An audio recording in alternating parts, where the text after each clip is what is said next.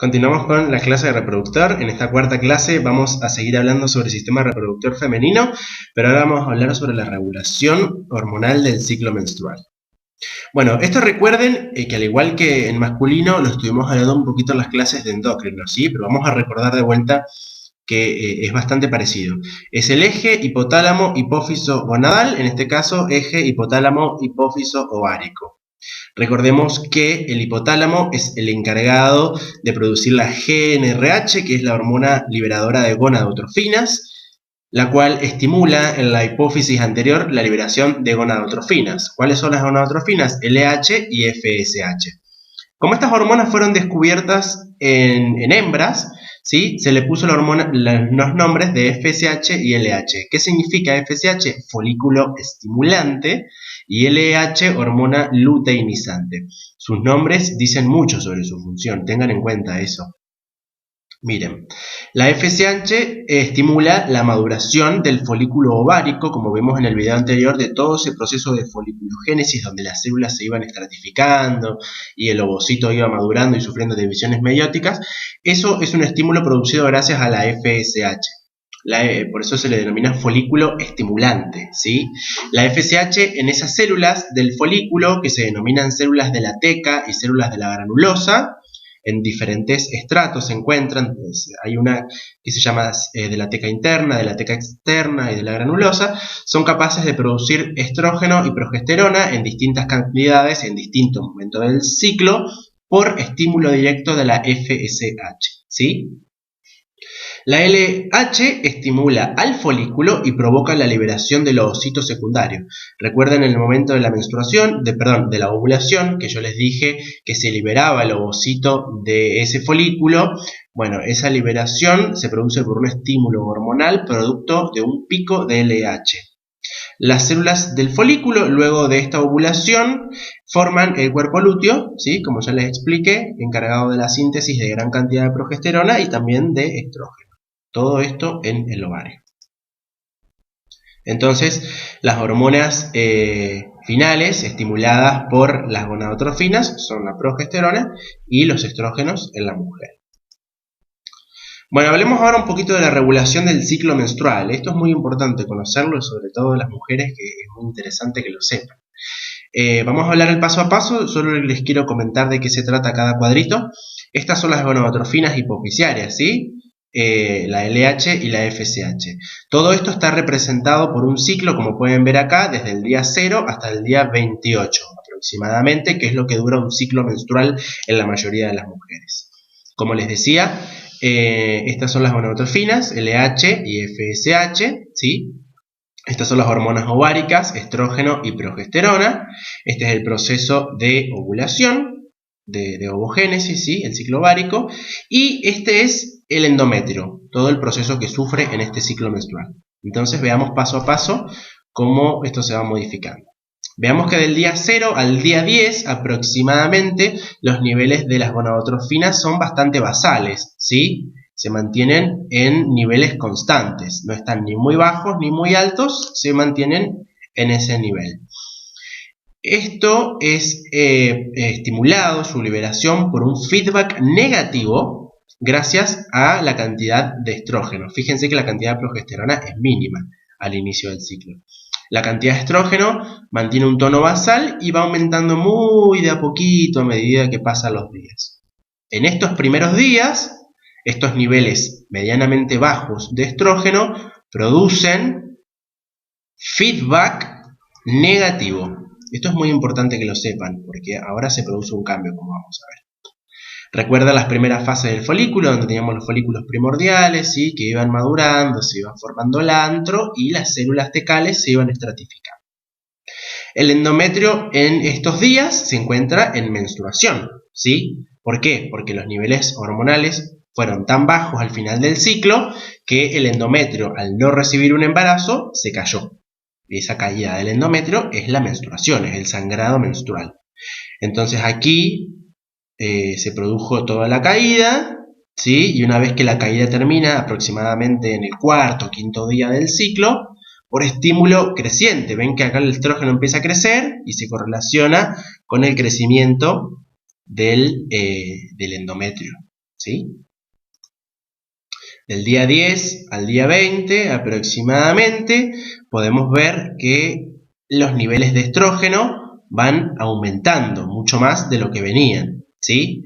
Recuerden que este estrógeno proviene de las células foliculares. Estas células foliculares ya se encuentran mucho más maduras, mucho más multiplicadas, mucho más estratificadas y son capaces de producir mucho más estrógeno que al principio, ¿sí? Siempre por estímulo de las gonadotrofinas, recuerden eso. Entonces, este estrógeno que empieza a aumentar, a mí me hace crecer un poco más, a mí no, a las mujeres, le hace crecer un poco más el endometrio.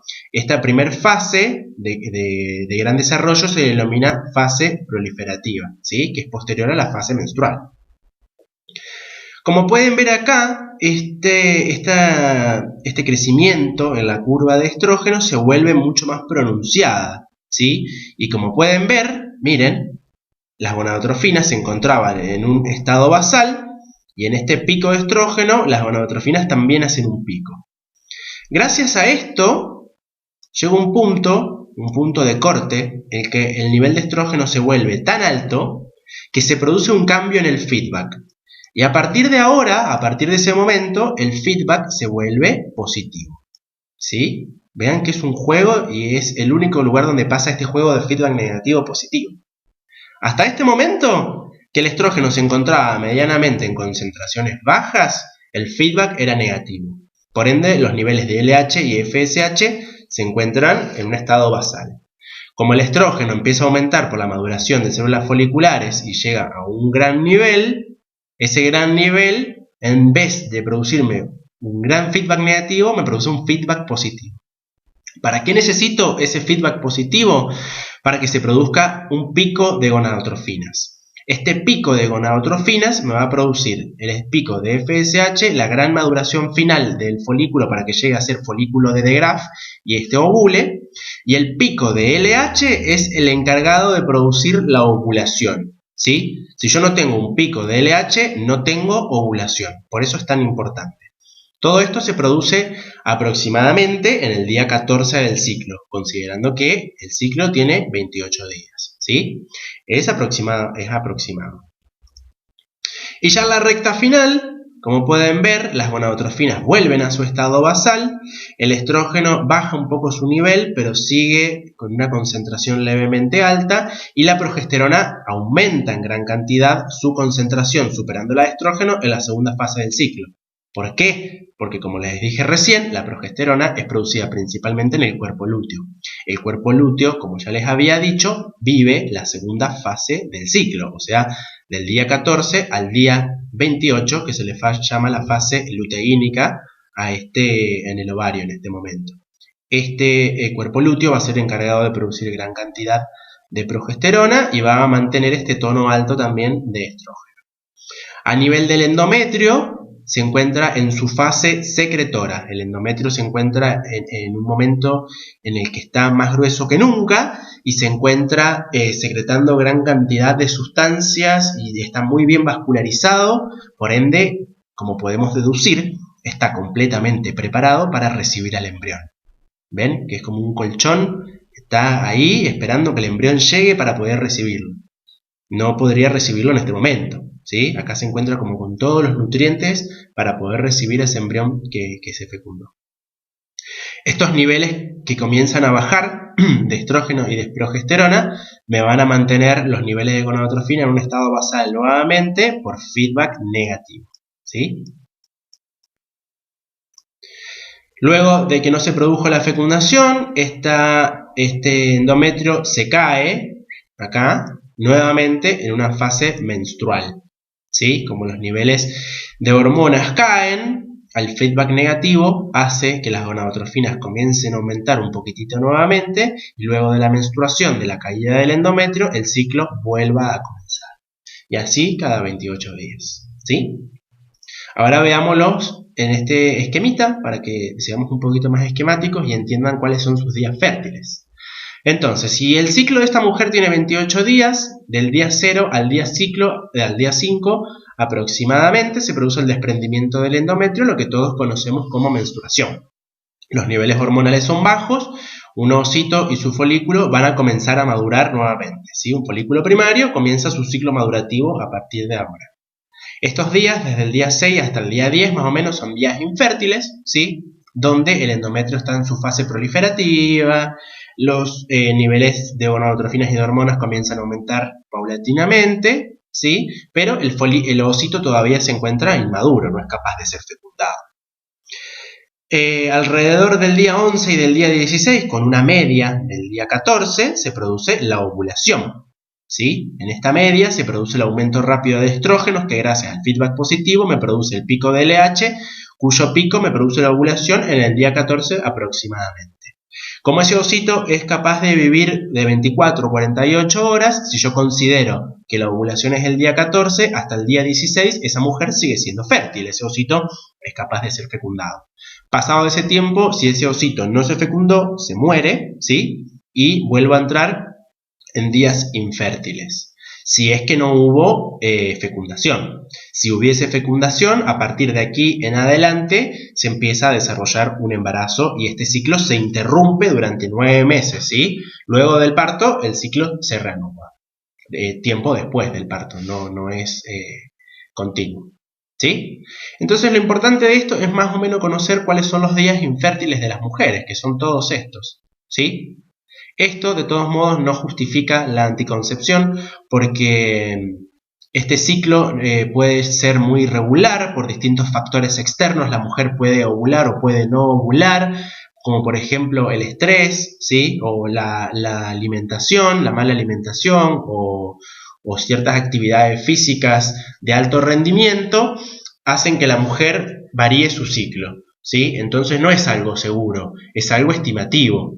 Una mujer no puede decir, estoy en el día 25, estoy en mi día infértil, no me cuido con anticoncepción, creyendo que no puede quedar embarazada, porque en cualquier fase del ciclo la mujer sí puede quedar embarazada, porque esto no es tan estricto, ¿sí? Eso es algo muy importante a tener en cuenta y que es muy importante recomendarles a sus pacientes al momento de elegir la anticoncepción. No es muy seguro, ¿sí? Bien, y por último, estos son los caracteres sexuales secundarios que aparecen en la mujer al momento de la pubertad, ¿sí? Como en el hombre aparece el acné facial y también el crecimiento del vello, de las axilas y el vello pubiano. A diferencia del hombre, la mujer no tiene tanto vello corporal como el hombre, ¿sí? El vello de la mujer es mucho más fino, es más claro, es menos grueso, ¿sí? Y aparece no aparece en zonas donde sí aparece en el hombre.